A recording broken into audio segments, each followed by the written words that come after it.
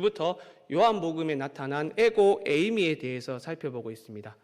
에고 에이미라는 이 표현은 헬라어인데요. 특별히 요한복음에만 나타나는 독특한 표현입니다. 이것을 번역하면 영어로는 I am that, 그리고 한글로 번역하면 나는 무엇이다 라고 번역을 할 수 있겠는데요. 우리는 언제 이러한 표현들을 주로 사용합니까? 누군가에게 자신을 소개할 때 저는 누구입니다 라고 우리가 이야기를 하죠. 주님도 마찬가지입니다. 주님은 이 표현을 사용하심으로써 당신이 누구인지, 주님 당신의 정체성에 대해서 말씀을 하셨습니다. 그런데 지난 시간에 말씀을 드렸듯이 에고 에이미라는 이 표현에는 자신의 정체성에 대한 소개뿐만 아니라 주님이 바로 하나님이라는 사실이 또한 내포되어 있습니다. 하나님이 모세에게 나타나셨을 때, 처음으로 나타나셨을 때 무엇이라고 당신 자신을 소개하셨습니까? 나는 스스로 있는 자인이라, 이렇게 하나님께서 말씀을 하셨었죠. 그런데 구약 성경을 헬라어로 번역을 한 70인경을 보게 되면요, 하나님께서 말씀하신 나는 스스로 있는 자인이라 이 표현을 에고 에이미로 번역을 했습니다. 그러니까 주님이 에고 에이미라는 표현을 사용하여서 자신을 소개하신 것은 당신을 소개하는 것 그 이상의 의미, 곧 예수님께서 곧 하나님이라는 것을 함의하고 있습니다. 주님은 요한복음에서 총 7번 에고 에이미로 자신을 소개하셨는데요. 오늘은 그 두 번째 시간으로 자신을 세상의 빛으로 소개하신 주님의 말씀을 우리가 이 시간 함께 상고하고자 합니다. 주님은 유대인에게 있어서 아주 중요한 절기라고 할 수 있는 초막절, 그것도 초막절의 마지막 날에 이 말씀을 하셨습니다. 여러분, 초막절이 어떤 날입니까? 초막절은 출애굽 당시 광야 40년이라는 긴 시간 동안 하나님께서 이스라엘 백성을 지키시고 인도하시고 보호하셨다는 그 사실을 기억하는 절기이죠. 초막절은 총 8일 동안 지속이 되는데 이때 유대인들은 독특하게 빛의식이라는 것을 행하였습니다. 그들은 저녁이 되면 성전에 있는 여인들의 뜰에 설치된 아주 거대한 4개의 등불에 불을 붙였습니다. 성전은 낮은 곳에 위치하고 있었던 것이 아니라 매우 높은 곳에 위치를 하고 있었기 때문에 여인들의 뜰에 있는 빛은 예루살렘 전체를 환하게 비추기에 충분하였고, 음악과 춤을 곁들인 축하연이 명절 내내 밤마다 계속해서 이어졌었습니다. 한 유대인의 기록에는 이런 말이 있습니다. 경건하고 선한 사람들은 밤새도록 손에 횃불을 들고 노래와 찬송을 부르면서 춤을 추었다. 레위인 합창대는 찬송을 불렀고 성전의 4등불에서 비추는 빛은 예루살렘을 두루 비추었다라고 말입니다. 이러한 유대인들의 빛의식에는 하나님께서 불기둥으로 광야의 이스라엘을 지키시고 보호하셨던 것처럼 하나님께서 지금 현재 그들을 인도하시고 지키시고 보호해 주실 것을 소원하는 것과 동시에 이스라엘이 하나님의 임재를 누리고 세상을 밝히는 빛의 도구로 회복되기를 소망하는 그러한 마음들이 이 빛의식에 포함이 되어 있습니다. 그렇다면 초막절이 끝나가고 이 등불의 불이 꺼져가는 그 시점에서 나는 세상의 빛이니라 라고 말씀하신 주님의 이 말씀에는 어떤 의미가 있는 것일까요? 사실 요한복음에서 주님을 빛으로 묘사한 것은 이번이 처음은 아닙니다. 요한은 그의 복음서를 시작하면서 주님에 대해서 무엇이라고 이야기를 했습니까? 세상에 임한 참 빛으로 주님을 이미 소개를 했었죠.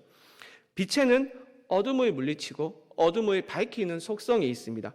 빛은 그 자체를 위해서 존재를 하지 않습니다. 빛은 무엇을 밝히는 것을 목적으로 존재합니다. 특별히 요한복음에서 요한과 주님이 빛이라는 단어를 사용하실 때 그 문맥을 보게 되면요, 빛 단독으로 사용을 하는 것이 아니고 많은 경우에는 빛의 반대말이라고 할 수 있는 어둠과 함께 빛을 사용하셨습니다. 1장 5절은 이렇게 말합니다. 빛이 어둠에 비치되 어둠이 깨닫지 못하더라. 또한 3장 19절은 이렇게 말합니다. 그 정죄는 이것이니 곧 빛이 세상에 왔으되 사람들이 자기 행위가 악함으로 빛보다 어둠을 더 사랑한 것이니라. 그렇다면 자신을 세상을 비추는 빛으로 소개하신 주님의 이 말씀에는 어떤 의미가 담겨 있을까요? 지금 세상이 빛을 필요로 하는 칠흑 같은 어둠의 상태에 있음을 의미합니다. 성경에서 세상은 다양한 뉘앙스와 다양한 의미로 해석을 할 수 있는데요. 먼저 중립적인 의미로서의 세상은 하나님께서 창조하신 천지 만물을 의미를 하고요. 또 긍정적인 의미로서는 하나님께서 세상을 이처럼 사랑하사 독생자를 주셨으니라는 요한복음의 유명한 말씀에서 알 수 있듯이 하나님께서 사랑하시는 곳이 세상입니다. 그런데 본문에서와 같이 부정적인 의미로서 세상이 사용이 되었을 때에는 어둠이 머무는 곳, 죄와 사망의 권세 아래에 있는 곳, 하나님을 거스르는 곳, 죽음의 그림자가 드리워진 곳, 시체 썩은 냄새가 진동하는 것을 의미합니다. 빛이 절대적으로 필요한 상태에 놓여 있는 것이 바로 세상입니다. 여러분, 어둠이 짙게 드리워진 곳에 한번 가보셨습니까? 빛이라고는 1도 찾아볼 수 없는 그런 어둠이 드리워진 곳에 한번 가보셨습니까? 앞이 전혀 보이지 않습니다. 앞에 무엇인가가 있는지 확인하기 위해서 손을 뻗어 더듬거리며 찾아본다 하더라도 그 앞에 있는 것이 정확히 무엇인지를 파악을 할 수 없습니다. 요한복음이 말하는 세상이 바로 이런 상태입니다. 칠흑 같은 어두운 세상에 살고 있는 사람은 눈이 가리어져 있기 때문에 무엇이 선하고 무엇이 악한지를 분별할 수 없습니다. 판단할 수 없습니다. 영적으로 완전히 무지한 상태입니다. 그렇다면 영적으로 선한 것을 분별할 수 없는 상태, 따라서 선한 것을 행할 수 없는 무능력한 상태에서 이 칠흑 같은 어둠의 상태에서 세상에서 어떻게 하면 건짐을 받을 수 있을까요? 앞서 말씀을 드렸듯이 어둠 가운데 있는 사람은 현재 자신의 상태를 정확하게 볼 수 없습니다. 자신이 얼마나 무지하고 무능력하며 악한지를 볼 수 없습니다. 또한 이 세상이 얼마나 악한지도 모르고 죽음의 그림자가 드리워졌다는 것과 이 세상이 곧 무덤 그 자체라는 것을 알지 못합니다. 설령 더듬어 무엇인가 잘못되었다는 것을 깨달았다 하더라도 할 수 있는 것은 아무것도 없습니다. 어둠에서 벗어날 유일한 방법은 어둠을 밝혀주고 감겼던 눈을 뜰 수 있도록 만들어주는 빛, 어둠을 물리쳐줄 빛만이 유일한 해결책입니다. 여러분, 인간은 자신의 몸 안을 볼 수 없죠. 우리 몸에 이상이 있어서 몸 안을 보고 싶을 때 우리는 무엇을 합니까? CT 촬영이나 방사선 촬영을 이용합니다. 이 두 개의 촬영에서 우리가 알고 있는 엑스레이, 즉 X선을 인체에 투과시킴으로써 그 결과 우리의 몸 안을 볼 수 있게 되는 것인데요. 그래서 어떤 부위에 또는 어떤 신체 기관에 문제가 있다는 것을 알 수 있습니다. 이처럼 어둠에 빠진 세상과 그 가운데 거하는 인간의 비참한 상태를 알기 위해서는 참 빛이 임해야만 합니다. 참 빛이 임해서 어둠을 물리치고 어둠을 밝히고 감겼던 눈을 뜨게 해줘야 합니다. 하나님은 당신이 창조하신 이 세상이 하나님을 떠나고 반역하는 죄를 범하였지만 그럼에도 불구하고 이 세상을 너무나도 사랑하셨기 때문에 어둠을 물리쳐줄 참 빛, 바로 독생자 예수 그리스도를 이 땅에 보내셨습니다. 그리스도께서 비추시는 이 거룩한 빛은 어떤 특정한 장소만을 비추는 그러한 빛이 아닙니다. 특정 민족 또는 특정 사람에게만 임하는 그러한 빛이 아닙니다. 온 세상을 비추는 보편적인 빛입니다. 요한복음 1장 9절은 이렇게 말합니다. 참빛 곧 세상에 와서 각 사람에게 비추는 빛이 있었나니. 그런데 세상에 빛이 임하였을 때 모든 사람이 이 땅에 임한 그 빛 앞으로 나아가는 것이 아닙니다. 모두가 이 빛의 혜택을 받고 빛을 누리는 것은 아닙니다. 요한복음의 전체적인 이야기를 봤을 때 빛 대신 주님을 보고 주님이 가르치신 교훈을 듣고 또 주님께서 행하신 많은 이적들을 보았음에도 불구하고 그 모든 사람들이 빛 대신 주님 앞으로 나아오는 것은 아니지 않습니까? 우리도 이것을 마찬가지로 경험합니다. 우리가 누군가에게 복음을 전하였을 때, 빛 대신 주님을 전하였을 때 어둠 가운데에서 나와서 빛 대신 주님 앞으로 나오라고 우리가 복음을 전하였을 때 많은 사람들이 그 복음을 듣지만 그 복음을 들은 모든 사람들이 빛 앞으로 나아오는 것은 아닙니다. 주님이 본문에서 말하는 것처럼 어둠에 다니지 아니하고 생명의 빛을 얻는 유일한 방법은 빛 대신 주님을 따라야 합니다. 여기서 사용된 동사 따르다의 시제는 현재 시제입니다. 즉 예수께 나아와서 그분을 믿고 그분을 따르고 계속해서 그 빛 앞으로 나아가는 사람만이 빛의 혜택을 얻을 수 있다는 겁니다. 그렇다면 사람들은 왜 빛이 임하였음에도 불구하고 그 빛 앞으로 나아오지 않는 것일까요? 세상에 임한 빛은 분명히 보편적인 것이고 각 사람에게 비추인다고 이야기를 함에도 불구하고 유일한 구원의 길을 놔두고 왜 그 빛을 쫓지 않는 것일까요? 근본적인 이유는 빛을 사랑하지 아니하고 세상을 사랑하기 때문입니다. 즉 어둠을 더 사랑하기 때문입니다. 요한복음 3장 19절과 20절의 말씀은 이렇게 말합니다. 그 정죄는 이것이니 곧 빛이 세상에 왔으되 사람들이 자기 행위가 악함으로 빛보다 어둠을 더 사랑한 것이니라. 악을 행하는 자마다 빛을 미워하여 빛으로 오지 아니하나니 이는 그 행위가 드러날까 함이요. 생명의 빛을 얻기 위해서는 그 빛 앞으로 나와야 하는데 그렇게 되면 자신의 행위와 영적인 민낯이 그대로 드러나기 때문에 빛 앞으로 나오지 않습니다. 그래서 빛을 미워하고 어둠을 더욱더 사랑합니다. 우리의 몸이 아플 때 무작정 병원에 찾아가 처방전을 받는 것은 아닙니다. 의사를 찾아가서 내가 겪고 있는 여러 증상이 어떤지에 대해서 설명을 하고 그것으로도 부족하면 엑스레이를 찍어서 내 몸의 상태를 확인한 후에 처방을 받습니다. 생명의 빛을 얻는 것 또한 마찬가지입니다. 이 땅에 빛으로 오신 주님께 나아가 내 영적인 민낯을 보아야 합니다.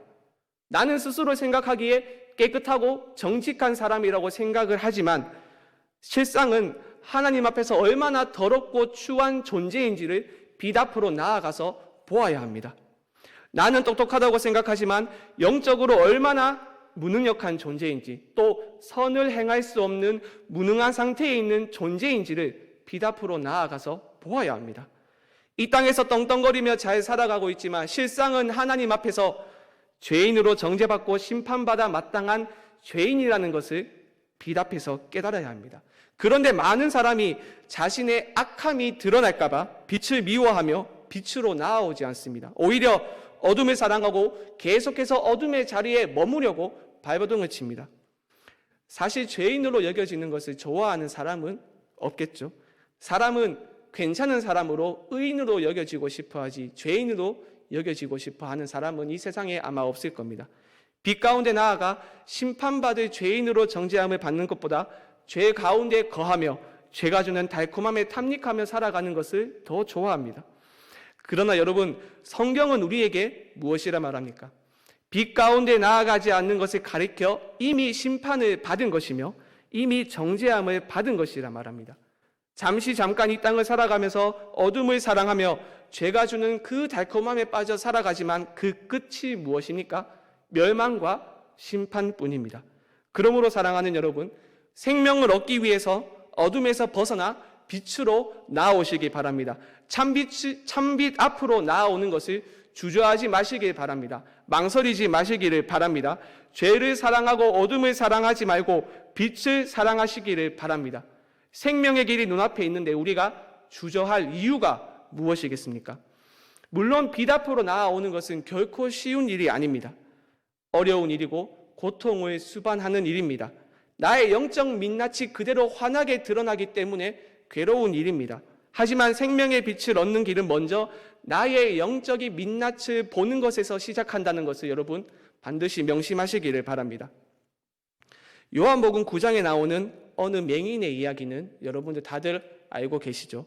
이 맹인은 후천적으로 앞을 보지 못하는 맹인이 된 것이 아니라 태어날 때부터 앞을 보지 못하는 맹인으로 그렇게 태어났습니다. 주님이 제자들과 함께 길을 걸어가고 계시는 그 길에 이 맹인이 있었고 제자들은 그 맹인을 보면서 주님께 이렇게 물었습니다. 선생님, 이 사람이 맹인으로 난 것이 누구의 죄로 인함이니까? 자기니까? 그의 부모니까? 당시 유대인들의 관점에서 병을 죄의 결과로 보는 것이 보편적이었기에 제자들이 이러한 질문을 주님께 했던 것이죠. 하지만 주님은 제자들의 말을 딱 잘라 끊으시면서 그들의 생각이 잘못되었다는 것을 말씀하십니다.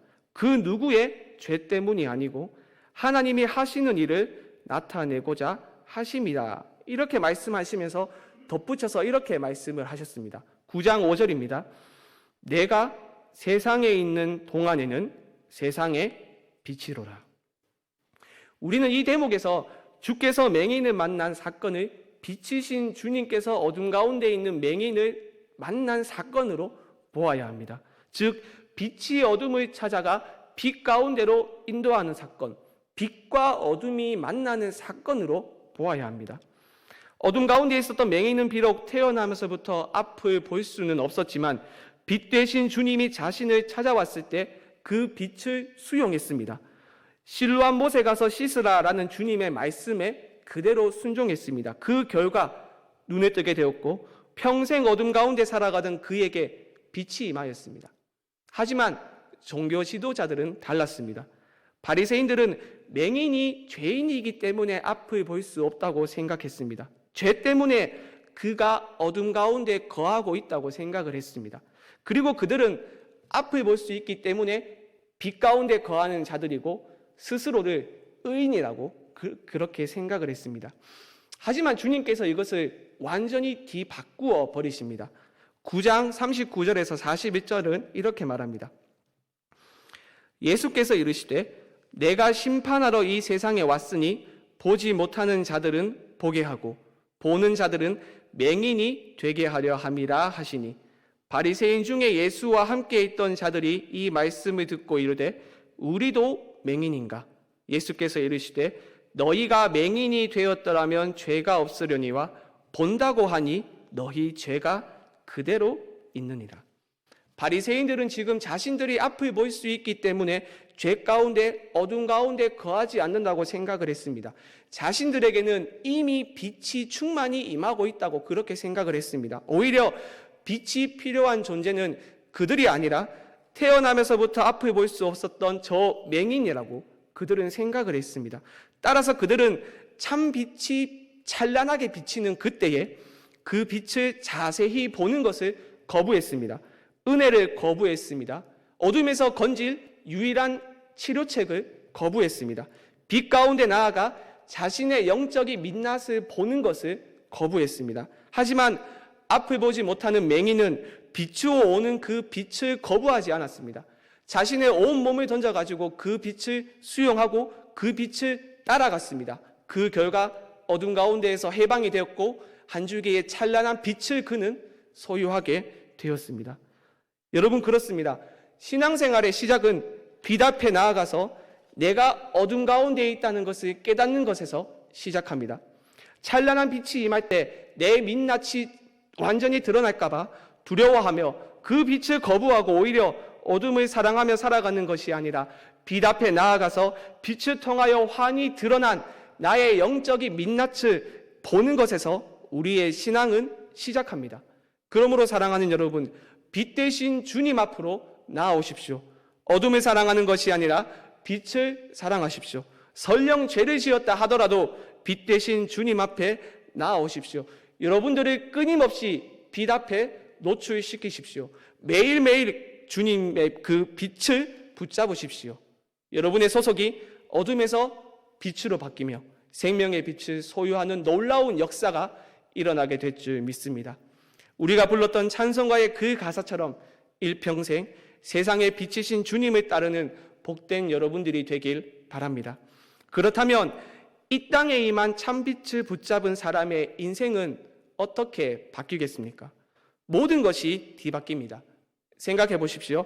어둠에서 빛으로, 사망에서 생명으로 옮겨졌는데 바뀌는 것이 아무것도 없다면 오히려 이상하겠죠.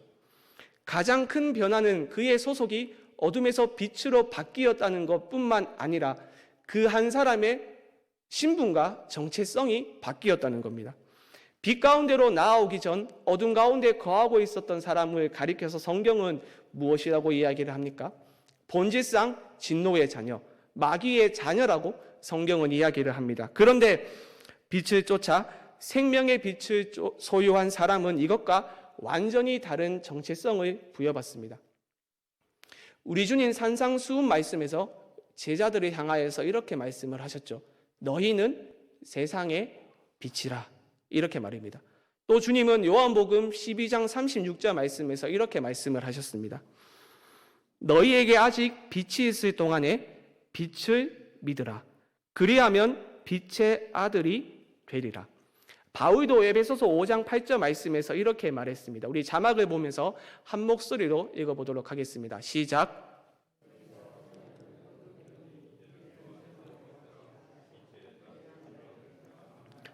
어떻습니까? 진노의 자녀, 마귀의 자녀에서 빛의 아들과 세상의 빛이라는 놀라운 신분으로 변화가 일어났습니다. 여러분은 주 안에서 우리의 신분과 정체성이 세상의 빛, 빛의 자녀라는 것을 알고 계십니까? 그리고 그 변화된 신분에 합당한 삶을 여러분들은 살아가고 있습니까?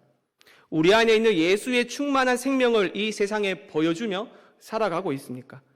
우리 안에 있는 생명의 빛으로 어둠이 짙게 드리워진 이 세상을 환하게 밝히며 살아가고 있습니까? 이것이 생명의 빛을 소유한 사람에게 주어지는 놀랍고 복되고 영광스러운 사명입니다. 하나님은 생명의 빛을 가진 사람을 도구로 사용하셔서 어두운 이 세상을 밝히십니다. 구약의 이스라엘이 이러한 사명을 가지고 있었죠. 하나님께 택함을 받은 이스라엘의 사명이 무엇입니까? 하나님을 모르는 이 땅의 이방 민족에게 하나님의 백성이 얼마나 복되고 영광스러운지를 보여주는 제사장의 나라가 되는 것이 바로 이스라엘의 사명입니다. 하나님께 순종하며 하나님이 주시는 복을 통하여 어두운 세상을 밝히는 한 줄기의 빛이 되는 것이 바로 이스라엘의 사명이었습니다. 믿지 않는 민족들이 칠흑 같은 어두움 속에서 한 줄기 빛을 환하게 뿜고 있는 이스라엘을 보고 하나님을 경외하고 하나님께로 돌아오게 하는 것이 바로 이스라엘의 역할이었습니다. 이것을 가장 잘 보여주는 사건이 솔로몬 시대에 있었던 스바 여왕이라고 할 수 있겠는데요. 그녀는 솔로몬을 시험하기 위해서 매우 어려운 문제를 가지고 솔로몬에게 왔었습니다. 하지만 그 문제를 푸는 솔로몬의 지혜를 보고 그리고 이스라엘 땅에 하나님이 베푸신 놀라운 복을 보고 그녀는 하나님을 찬양하지 않을 수 없었습니다. 하지만 그 이후에 이스라엘의 역사는 완전히 다른 길을 걷게 되는 것 여러분들 잘 알고 계시죠? 어두운 세상을 밝힐 한 줄기 빛으로 부름을 받았지만 이스라엘은 결국 어둠에 동화되어 버리고 어둠에 잠식되어 버리고 말았습니다.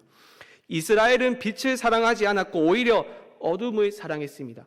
이방의 문화에 그대로 젖어들었고 이방을 비추는 빛이라는 그들의 정체성을 망각한 채 어둠의 일에 참여하며 살았습니다.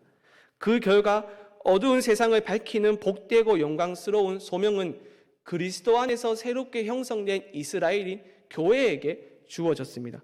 교회의 소명은 그들 안에 있는 생명의 빛으로 어둠이 짙게 드리운 이 세상을 밝히는 것입니다. 이것이 주께서 교회에 위임하신 소명입니다. 그런데 우리는 어떻습니까? 구약의 이스라엘처럼 어두운 세상에 동화되어서 그렇게 살아가고 있지는 않습니까? 생명의 빛을 소유한 사람의 신분을 빛의 자녀라고 규정한 바울은 이어지는 에베소서 5장 9절로 11절 말씀에서 그 신분에 합당한 삶이 어떤 삶인지를 이렇게 말합니다. 빛의 열매는 모든 착함과 의로움과 진실함에 있느니라.